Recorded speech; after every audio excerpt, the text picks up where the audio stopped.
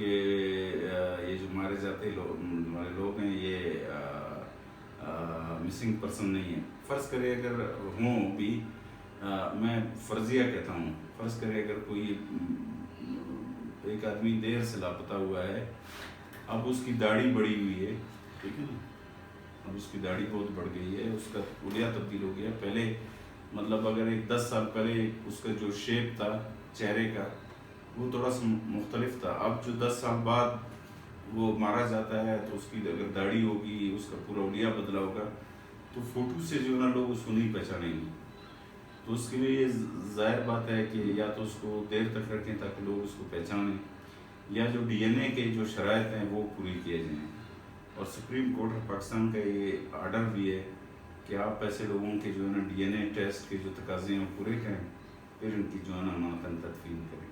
تو اب جو ہے نا لوگوں کی یہی شکایت ہے کہ یہ جو ایس او پیز ہیں اس حوالے سے وہ پورے نہیں کیے جا رہے ہیں, جب سرکاری حکام کا کہنا ہے کہ وہ پورے کر رہے ہیں, ان کے پاس جگہ نہیں ہے تو پھر مجبوراً جو ہے نا ان کو یہ کرنا پڑتا ہے. سر انٹرنیشنل ہم دیکھیں تو جو یہ جو لاوارث لاشیں ہوتی ہیں ان کو تدفین کرنے کا ایک مکمل عمل ہوتا ہے.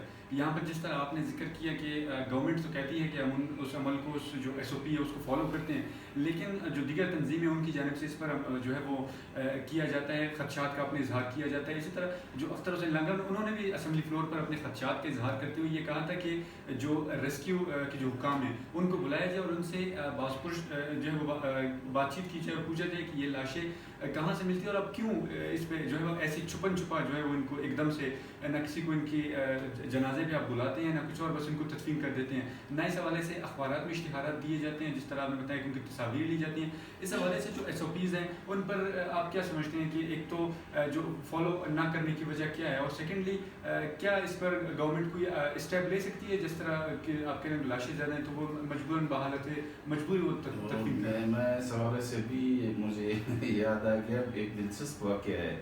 ابھی جو یہ چیپا والوں نے 10 لوگوں کو جو ابھی تدفین کیے, اس میں اس دنوں میں ہمارے ایک ساتھی ہیں سید علی شاہ, وہ سینئر صحافی ہیں, ان کے والد صاحب بھی اسی طرح جو ہے نا ادھر جو ہے نا ان کی لاش کو لائے تھے.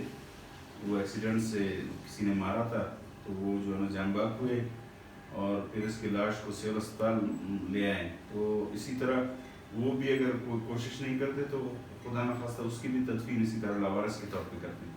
تو وہاں ہم لوگ بیٹھے تھے جب یہ ذکر ہوا تو ادھر ایم پی اے نصر اللہ زیر پشتونخوا میپ کے, انہوں نے پنچپائی کے ایک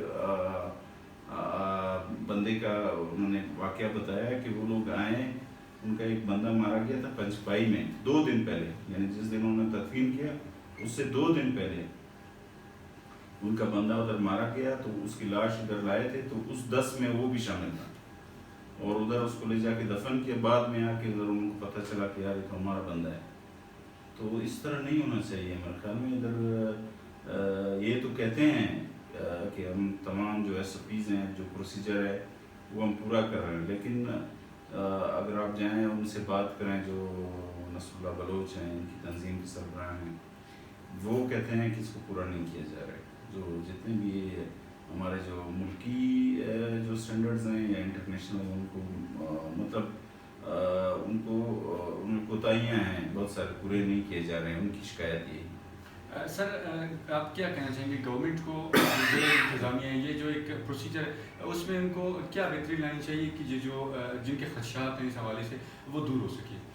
میرے خیال میں اب اگر ادھر صورتحال ایسی ہے تو دنیا میں جو حکومتیں ہیں وہ مطلب قانون کے پابند ہوتے ہیں. اگر اس حوالے سے جو قوانین ہیں جو ملکی ہیں ان کو کم از کم ان کو پورے کرنے چاہیے نا. مطلب جو ملکی قوانین ہیں, ایک آدمی مارا جاتا ہے اور ابھی بہت زیادہ وہ ہیں لوگ مارے جا رہے ہیں اس طرح, تو کم از کم اتنا ہو کہ 3-4 مہینے تک جو ہے ان کی لاشیں ہوں, ادھر سخت خانے ہوں, ادھر خراب نہیں ہوں. ادھر تو بے ادبی معاف, ادھر جو سیول اسپتال کا جو یہ ہے اس میں تو ہمارے ساتھیوں نے رپورٹ کیا لوگوں کی جو لاشیں ان میں کیڑے پڑ جاتے ہیں. تو اس وجہ سے پھر یہ لوگ جلدی کرتے ہیں تاکہ امانتاً ان کی تدفین کریں. تو یہ تو مطلب اپنے بلوغ خلاصی کرتے ہیں اس طرح، لیکن جن لوگوں کے لوگ لاپتہ ہیں، ٹھیک ہے نا، وہ ان کے لیے ایک اذیت ہے. وہ پھر ان کے جتنے رشتہ دار ہیں وہ مرنے تک وہ بھولیں گے نہیں کہ ہمارا بندہ کیسا ہو گیا. فرض کرے اگر ان میں مارا بھی گیا ہے، میں فرض کر کہتا ہوں کیونکہ سرکاری حکم کہتے ہیں کہ وہ اس طرح کوئی بات نہیں ہے. فرض کریں اگر وہ اس طرح ہے تو ان کے لیے پھر ایک اذیت ہے. وہ مطلب جب تک مریں گے نہیں ان کی اس میں اذیت وہ رہے گا. سر آپ کے وقت کا بہت شکریہ، اتنی اہم باتیں کی آپ نے، اور اس طرح لب لباب اس واقعے کا اور صورتحال کا آپ نے بتایا، آپ کا بہت شکریہ. ناظرین، ایک ایسا واقعہ تھا جس پر اگر بات نہ کرتے تو یہ بلوچستان کے ساتھ ہم یہ کہہ سکتے ہیں کہ ناانصافی تھی. اس حوالے سے اور بھی بہت سارے ایسے پلیٹ فارمز ہیں جنہوں نے اس پر بات کی ہے. ہمارے ساتھ ایک ایسے سینئر جرنلسٹ موجود تھے جو اس صورتحال کو ابھی سے نہیں کافی عرصے سے دیکھ رہے ہیں، اور ابتدا سے ہی انہوں نے بتایا اور روشنی ڈالی صورتحال پر. انشاءاللہ اس طرح کے اور بھی جس طرح کے موضوعات ہوتے رہیں گے ہم آپ کے ساتھ شیئر کرتے رہیں گے، اور اسی طرح آپ کا جو بھروسہ ہے وہ بھی ہم پر بحال رہتا رہے گا. ایک نئے موضوع کے ساتھ آپ کی خدمت میں دوبارہ حاضر ہوں گے. تب تک کے لیے اپنے میزبان کو اجازت دیجیے. اللہ نگہبان.